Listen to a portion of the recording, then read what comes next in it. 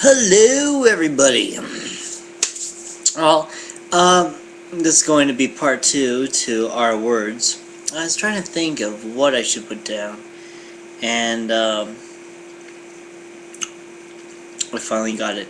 As far as our words when we speak to others, now within part 1 you already saw that we need to be very careful, and as far as our words is a responsibility also. We could create curses by the words that we use, and we could break curses by the words that we use. From things as far as just wishing things on people to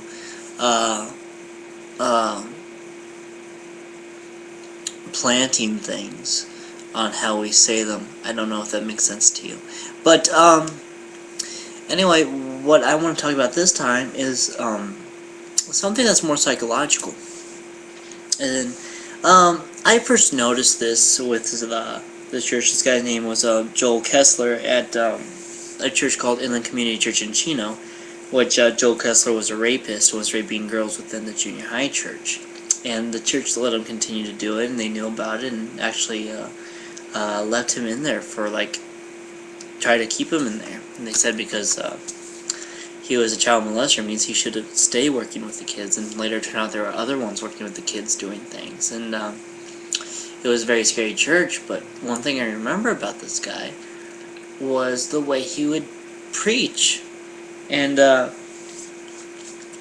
he was always talking about don't have sex. Kids, you shouldn't have sex, kids. Hey, you kids, don't have sex, okay? And it's just like, wow, this guy is saying this a lot. And he would preach on something, and through the end of the sermon, would have never said anything meaningful. Nothing!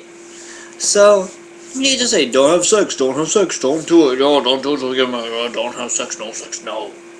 I mean, it's just like, alright, gosh, let's get to something now. Let's talk about something. Teach us something. Well, what he did is, when he was talking about that, he didn't realize what he was saying was, have sex. Have sex. Have sex, have sex, have sex, have sex. It's not good for kids to hear. Same thing, you see what it comes down to is, when you use words such as can't and don't, when you use these negative words, people don't register that. I mean, we try. When people say don't do whatever, don't do that, your brain just hears the main part. If you say do this or don't do this, either way, the subject matter, the this of the sentence, is what the brain interprets. So here, out in an area here called Oildale, crystal meth is everywhere. I mean, I knew this girl, she was 15 years old, doing crystal meth with her parents. And sheriffs over there and looked at it like it was nothing. You know, to them it was like, they're like, well, yeah, who doesn't do crystal meth? And Kern County sheriffs. And it was scary to me. And when I looked at it, I realized it's like, well, these people from when they're young, they hear don't do crystal meth because everyone else is doing it. Don't do it, don't do it, don't do it. And being around it all the time, the only thing they know is crystal meth, crystal meth, crystal meth. You see? You could say you should do crystal meth or you don't do crystal meth. The brain interprets the subject matter. Crystal meth, crystal meth, crystal meth. So, if you're talking to someone and you want to motivate them properly, you shouldn't tell them, don't feel down, don't feel depressed.